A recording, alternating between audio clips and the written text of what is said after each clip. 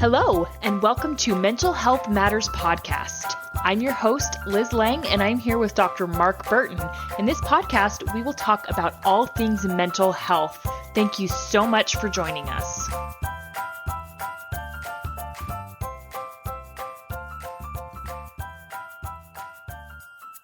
Hey guys, Liz Lang here with Dr. Mark Burton, and this week we are going to talk about sexuality. And so this stems from kind of the two extremes that I feel are prevalent in our culture. So there seems to be, on the one hand, there's, I guess you might call it the religious aspect of sexuality, which I think deals a lot with shame. And I don't want to say that's intentional, but I think there is a lot of shame and kind of secrecy with sexuality. But then on the other hand, there's kind of the opposite where it's kind of like hypersexuality seems to be the other extreme. And so I wanted to kind of talk about those and kind of break them down and talk about why they're problematic and why we need to find a happy middle ground. And I think we also need to start this episode with a disclaimer, like we have in past episodes, that this is in no way a moral judgment on anyone. So that's important right off the bat.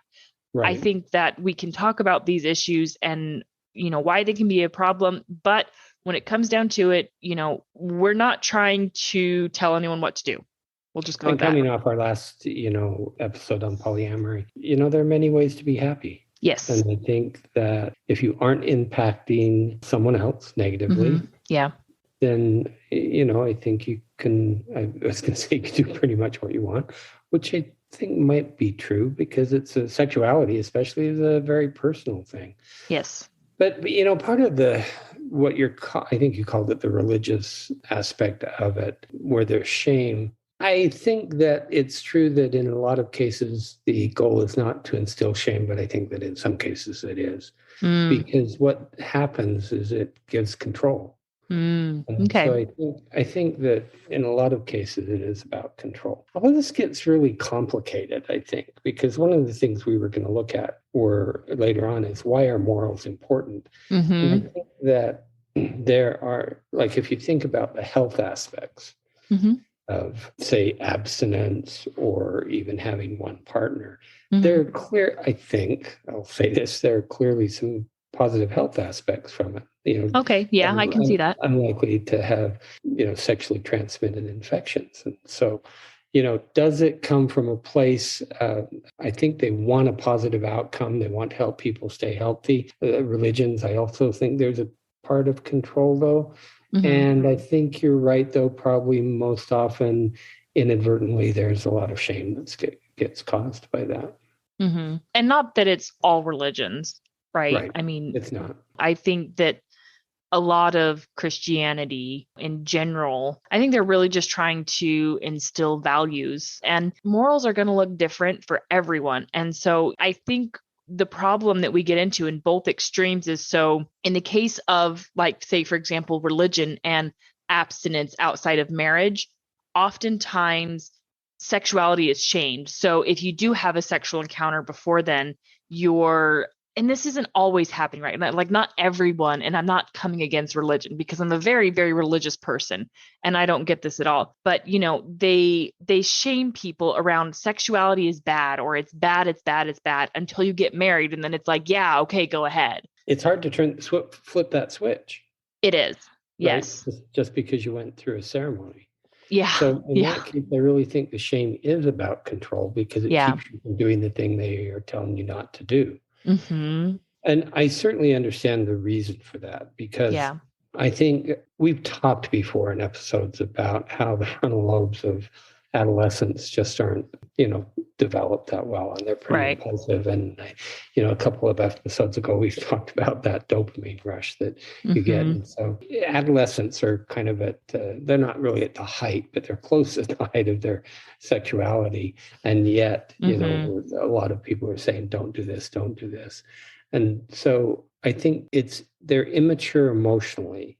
Yes. Is the problem. And so often when you're having sex at a younger age, I think it gets confused because often you attach to someone just because you've had this intense physical relationship with them. Mm-hmm. That doesn't necessarily mean that you're going to be compatible in other aspects of your life. And it doesn't necessarily mean that long term you'll also be compatible, because those hormones are raging. And so, yeah, it's going to be intense sexuality, but I think it can be misconstrued for, okay, there's really love here. I think most adolescents are too young.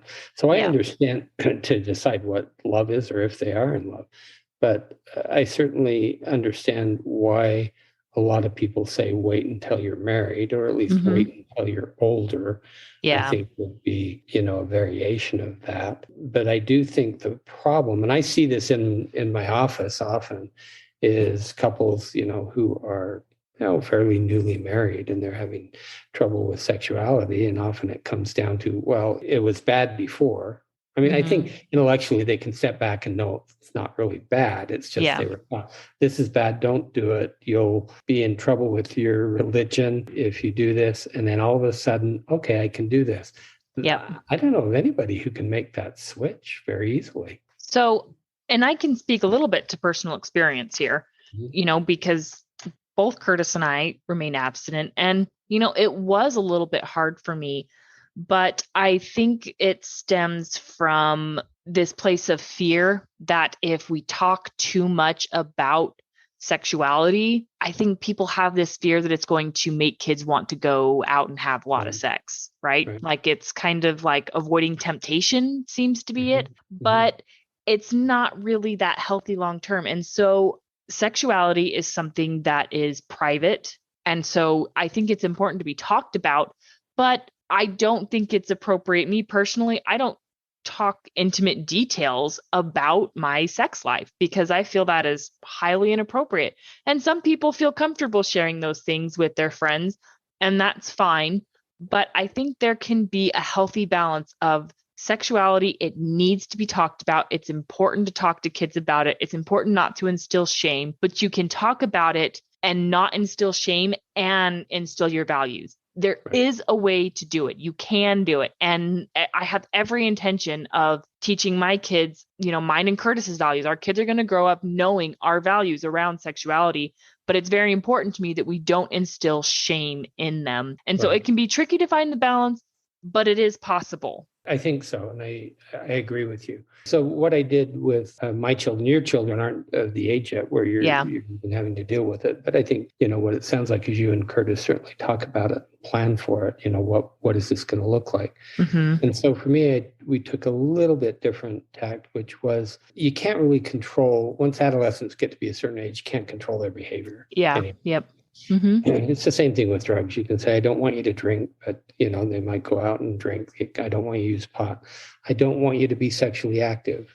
But the chances are, in this culture, that often they'll go out and be sexually active. I think it's important to instill, I would say, the values of the parent, whatever they are. I mean, I think that's our job, is to be clear what our values are, to instill them, or to teach them, let's say. I think that's a better word, to teach our children what the values are, to tell them what we think would be better for them in the long run. Yes. But then in addition to that, I said, if you do make the choice, then I want you to use protection. Yes. So it's really important because you don't want to compound any difficulties by an unwanted pregnancy, which causes other issues. And so I think that a lot of people would say, well, by even saying, I want you to use protection, you're encouraging it. I don't think that's true. Yeah. I think you're just being realistic, because you have to have both parts. You have to have the part of, this is what I think would be better for you. And if you make a different choice, then I want you to know I'll help you get protection. So, so that you're safe, and so that there's no unwanted pregnancies and there's no STIs. I think that's really important. So I believe in that, but I know a lot of parents wouldn't, go down that road. I don't know what you and Curtis have thought about that. Or maybe you haven't even gotten there to think about We haven't, I mean, because our oldest is only 9. So, we've got a while. You have a few more years. We've got a few years. And I see both aspects. I see from a religious side, like the importance of saying, just don't do it. And that's easier. But I also see the value of, if it happens, because I think it's easy for parents to forget once their kids are teenagers, is how easy it is to get caught up in the moment. Because I know, at least for a lot of my friends because I had a lot of religious friends who had committed to abstinence before marriage, a lot of times it just happened in the heat of the moment and it wasn't really planned. Yes, well, you're pointing to my frontal lobe. Yes. The frontal lobes are undeveloped, and that's your executive function. It's the place where you're going to think and say, well, maybe I shouldn't do this. That's not there. And so that's what I worry about, is kids are impulsive. Yes. Adolescents are impulsive, and there's nothing parents are going to say or do to change that. And so I just want them to be prepared. So I think what we haven't talked about is, so what causes the other end of the spectrum, the promiscuity? What do you think that is? I've always thought it's a reaction to it's almost an equal and opposite reaction. I think a little bit, but my opinion is because sex sells. And so we live in a hypersexualized society because we know that it sells. I mean, you think of the porn industry and how lucrative that is. And, you think of TV shows and they have much, much higher rating if there's a sexuality aspect. So that's where I think it comes from. And I think it is equally important to talk to kids. That's not what real life looks like. Sex is so often portrayed in movies. That's not real life. It is just as important to tell kids that as it is to instill your morals or to teach your morals to them. Right. And advertising. Yes. But that goes along with the whole idea that sex sells, which I totally agree with you. It's, it's all about money in a lot of ways. And so, if somehow it were that sex doesn't sell, then that's what it would be. That, we wouldn't do that. But it just so happens that you can see those advertisements. Kids are exposed to it. Adults are exposed to it. I think you're right about the expectations. I think that a lot of us grow up with unreasonable expectations about what sexual relationship is like. I think we've talked about this before in our episode on porn. That's especially true. That's one of the biggest problems. Is that porn is not real life. Porn is fantasy. So in a lot of ways, when you see those advertisements and you see the beautiful woman or a sexy woman or the beautiful or handsome, sexy guy, that's typically not real life. And the other thing that I think most people will agree with, all of those photos are touched up. Yes. Those are not real photos. That's a problem. And the most important thing is you may be able to find someone that looks like that now, but that is not going to happen long term, right? I mean, it doesn't exist. And because you can see someone now, you can think of someone off the top of your head who in person, I'm sure you see people in the gym, or you see people and you're like, wow, they have a really nice physique. Well, give them 50 years. They're not going to have that same physique, no matter how much they work out, no matter what they do to their body. Right. But for some people, if they continue working out 5 hours a day, they would look like that when they're 50. But the problem is people have lives. They have jobs, they have kids. Yes. And, who has time to do that? So your life moves on. So I agree. It's unlikely that you're going to look that way. But the people who do, that's their focus. Yeah. If you look at their lives, it's rare that they have something else in their lives, or it becomes, in a lot of ways, and I'm not saying people who work out a lot are addicted, although some people have that addiction to working out, but that becomes the relationship. Yeah. And so that's their primary relationship, is the gym and how their body looks. Now, if that makes them happy, great. Yeah. And going back to our theme of there are many different ways to be happy in life. It's just for you and I know we have, we share the opinion that it's relationships that it's happy. Yeah. And I think if you're 50 and you're focusing on your body to that extent, your relationships are probably suffering. Yeah, most likely. I mean, maybe not always, but most of the time. Because you're right. As you age, I think you can keep a good looking physique. I think it takes a lot more work. As you age, and so you're spending more and more time in the gym, which means there are only 24 hours in the day, and you're giving up something.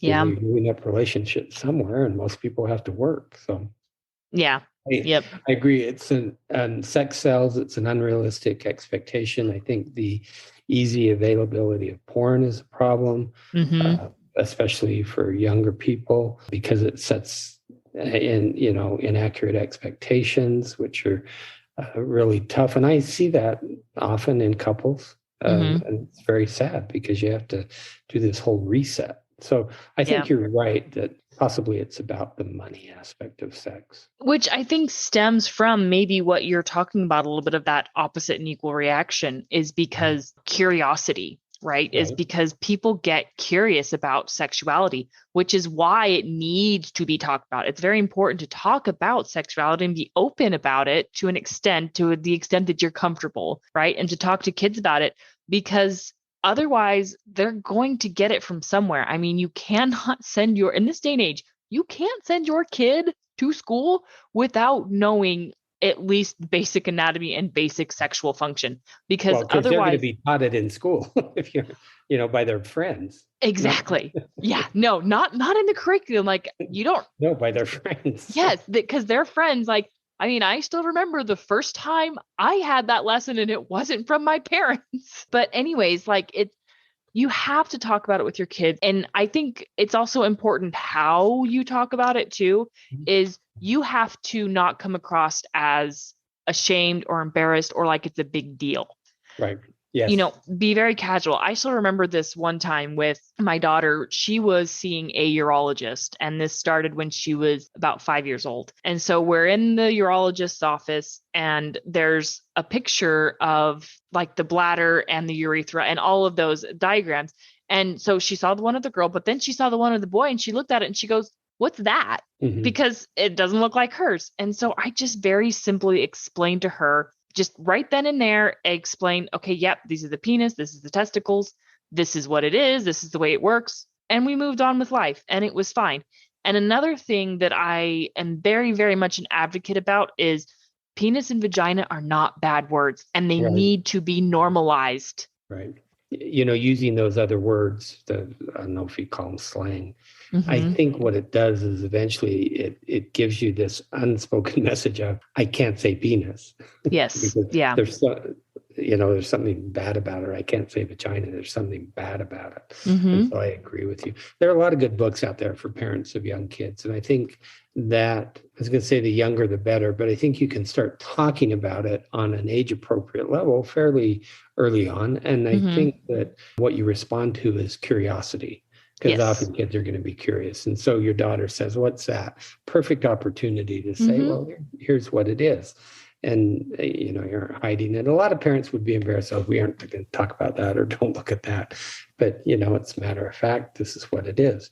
So I agree. I think the mistake is for a lot of people is they grow up in families where they don't talk about it, where sexuality is not okay. Those are the people that I see in my office in the marriages, and I'll ask them, it's one of the first things you say, "Well, tell me how was sex talked about in your family?" And often it's, "Oh no, we didn't talk about that." So I think that's a big mistake, because then it just reinforces the shame. It reinforces the idea this is really bad because we can't even talk about it in our family. And we've talked about this theme before, but it's always worth mentioning sexuality, and in particular, even bodies. Bodies are private, not secret. That is such an important distinction to make to kids, that there's nothing secret about the human body, because the secret implies, well, I want to know the secret, right? Whereas private just means it's personal, like, not everyone gets to see your body. And, because I think it's also important to tell kids that early on, like, your body is private and you are in charge of your own body. You get to make those decisions. In fact, my daughter recently started physical therapy for pelvic floor exercises, and that's a little bit invasive, right? And so one of the things that the therapist said in the very first session is, you get to be in charge of your body. You get to decide what we do. And I really appreciated that. And it's important to explain that to kids, because doctors sometimes do have to, they have to examine you to make sure you're healthy and everything's developing properly. It's so important to tell kids that doctors can do this, but only when I'm around. A doctor is doing this. Yes, they are seeing your private part. They're seeing your penis, your vagina. They're making sure you're healthy. A doctor would never do this without me there. Right. And a good pediatrician is going to say that. And a good pediatrician is going to, let the child know, because you want the child to be comfortable. Anyway, that was exactly the thing I was going to say, is that, the difference between private is, I think that what goes along with private is I get to control it. Yes. So this is mine. I get to say, yes, you can see it. No, you can't. Mm-hmm. And I think that is important. I think it's important for parents to control media. Yes. For your kids, what they see online. Mm-hmm. Because they're going to see things that are sexualized, and kids pick it up. And so another reason to, I think, monitor access or control access to the internet, or not have your kids have phones or iPads that are those that they get to do whatever they want with it. I think that, as we're talking about this, and we've talked about those two extremes of sexuality, I think really parents have a huge obligation to start from a young age to help their children have a healthy sexual attitude. I think that's one of our main jobs. And I think a lot of parents are afraid of it for some reason. And there's nothing to be afraid of. Well, and I think a lot of it stems from maybe this culture that we grew up in. And I know, at least for my parents and kind of their generation, is it was never talked about. Right. And I think maybe, I don't know if it stems from shame or Victorian England. That's where it comes from. Oh, okay. But it's interesting, in Victorian England, you wouldn't talk about sex, and you hardly would talk about sex with your spouse. But the idea that men, at least in the upper classes, would have affairs or mistresses was very, very common. I mean, that was very accepted. So, the idea of what is a healthy sexual relationship? Yeah. I don't know that we can define it completely, but I think that there are some aspects that are important. And I think one is respect for each other. I think you have to have a healthy respect for each other anyway. Yes. Just to have a positive marriage. But I think that's important in a sexual relationship as well. And so I'm talking about marriage, or even outside of marriage, because there are certainly many people who are going to have sexual relationships outside of marriage. I think consent is an important thing. And what does that mean? And the ability to truly give consent. Yes. And so that you're on the same page about what it is you want and what it is you're going to do. And that there's no imbalance, there's no power imbalance, I would call it. Yes. And I think that's true whether you're in a marriage or not. I think to have a power imbalance is really unhealthy. And so you have to feel equal in power to say yes or no. Right. And sexuality in a relationship is very important. And I think really what it comes down to is just like something you said over and over, is good dialogue. You have to be able to talk about it and to communicate. And for some couples, and maybe particularly couples who fall into that, they were shamed about sexuality as a kid, it can be really hard to open up, because maybe they're dealing with feelings of guilt still about their sexuality in marriage. And at that point, I think, you could really benefit from talking to someone, particularly a therapist, who can maybe help you work through some of those issues. But I also like the way you've described it in the past, is you have to be a team. Yeah. You've got to be a sexual team. And so I think it is important for both couples to be equally satisfied sexually. So, and I think one thing that's a little less talked about as far as sexuality that is important is that it can be harder for women to climax than for men. And that's one of those things that's not talked about a lot, but I think it needs to be talked about more, because I agree with you. Because it's equally important for women. And for so many women, it's harder, right? I mean, I think I heard a study of like for 70% of women, they need additional stimulation. So they need clitoral stimulation. Right. And they don't, maybe it's that percentage, but they don't climax, or they don't have an orgasm vaginally. And I'm actually been surprised at the couples that come into my office and how naive they are about these sexual issues. And so somewhere, I don't know where you go to learn about basic human sexuality, where you can talk more openly about it. But a lot of adults really need that because there are a lot of misconceptions. And so I think you're right. But, the idea of both being satisfied, to me, falls into that category of equal power. Yes. And for so long, I think culturally, I think it's probably still this way culturally, the man is dominant. And it's all about the man's pleasure, and the man gets to do what he wants. And that is a recipe for a very poor and unhealthy sexual relationship. Yeah. And it's one of the reasons I keep going back to adolescence, but I think that it's one of the reasons that it's important that adolescents really think about this, because they're too vulnerable. And I think the guys are probably exposed to porn, and I think there would be a natural power imbalance. And the way, when I've talked to adolescents about it, that's the way it seems, that it's very unbalanced in favor of the male. And females at that age don't really have that capacity to, be assertive. And, assert their own power. And because I think that's even true in marriages. I've seen that in marriages. Well, and one of the saddest things has got to be amongst teenagers is the fact that young girls, teenage girls, feel like in order to be accepted by a male, they have to be willing to have sex. That has got to be one of the saddest things out there, because that is not the case. No, it's not the case, but that's a cultural, I don't know if you'd call it a cultural expectation or a cultural teaching. I think they pick it up from the general culture. And that's why I think it's so important what parents do as far as teaching your kids, especially your daughters, that, if you teach your daughters about the idea of consent and control, it's not secret, it's yours. But the idea of, I don't know even how you say this to adolescents, but that equal power imbalance, because once they get into that, that situation, it's very hard to get out of.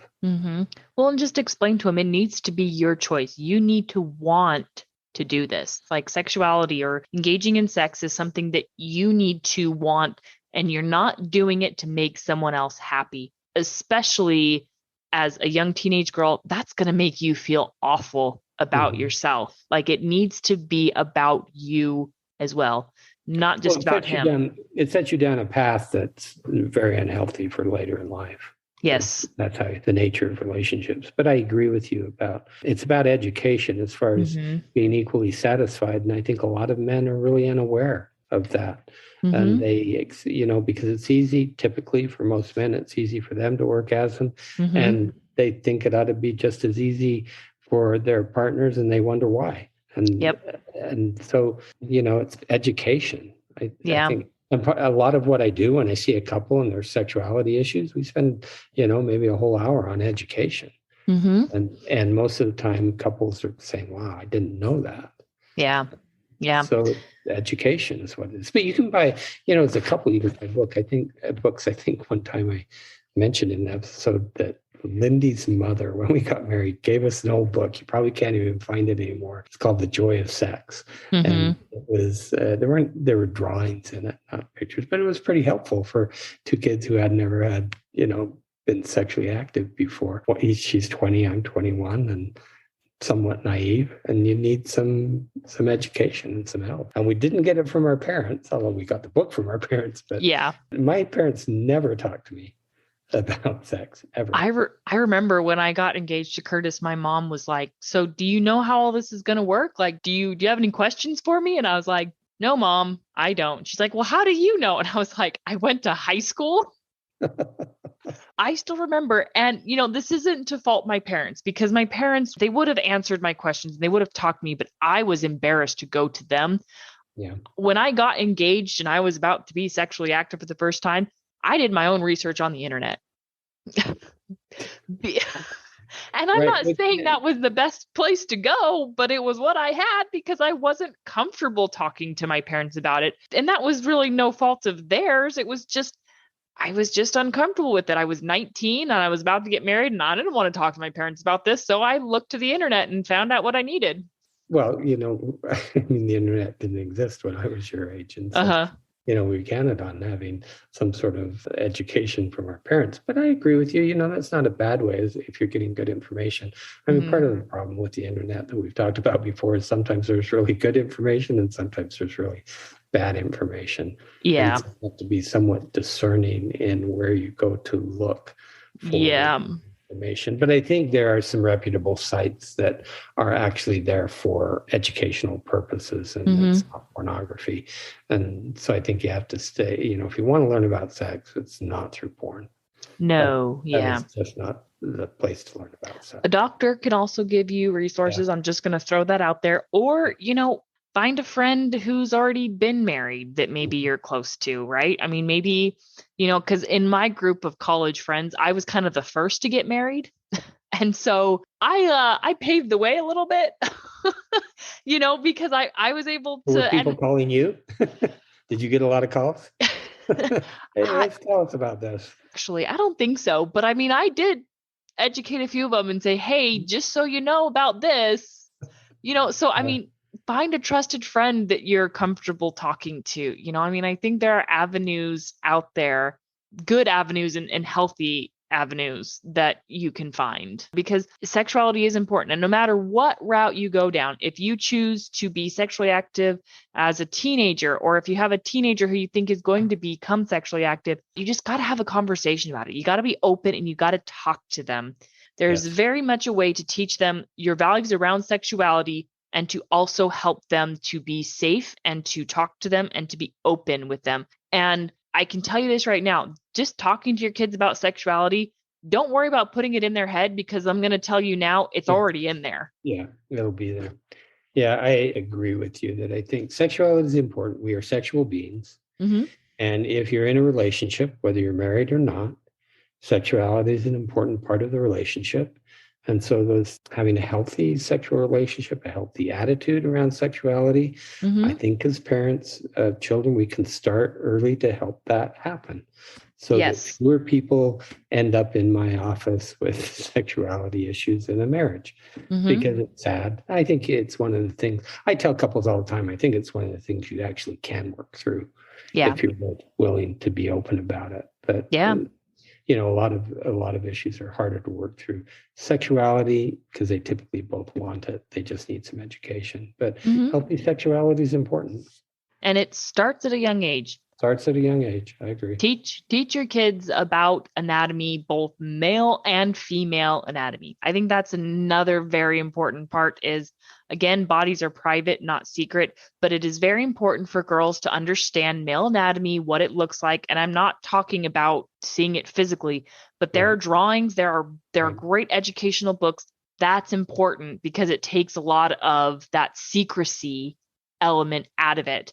So next week, we are going to kind of switch gears and talk about away from sex anyway. Yeah. So we're going in a whole other direction, but it's still important. We're just going to call it brain research. So we're going to talk about these two studies that have recently come out, and they weren't terribly new or, I guess, surprising to Mark, right? You weren't surprised by either of them. I wasn't surprised by him at all. No. Yes, but they are recent. And so I think it's a good reason to talk. One of them is going to be about Alzheimer's, and the other one is going to be about antidepressants. I think they're just important conversations to have. I do. And I have one closing comment, because you said, we both said, we're moving away from sex. Not really. What's the largest sex organ in your body? Oh, yep. Right there. It's your brain. Your brain. Yep. Yep. So we're going to talk about that. Oh, and then I also forgot, I wanted to reference that Lindy, Mark's wife, Lindy, who is a licensed clinical social worker. So she also does therapy. And most importantly, she works with children a lot. And so we did do an entire episode on talking to kids about suicide and sexuality.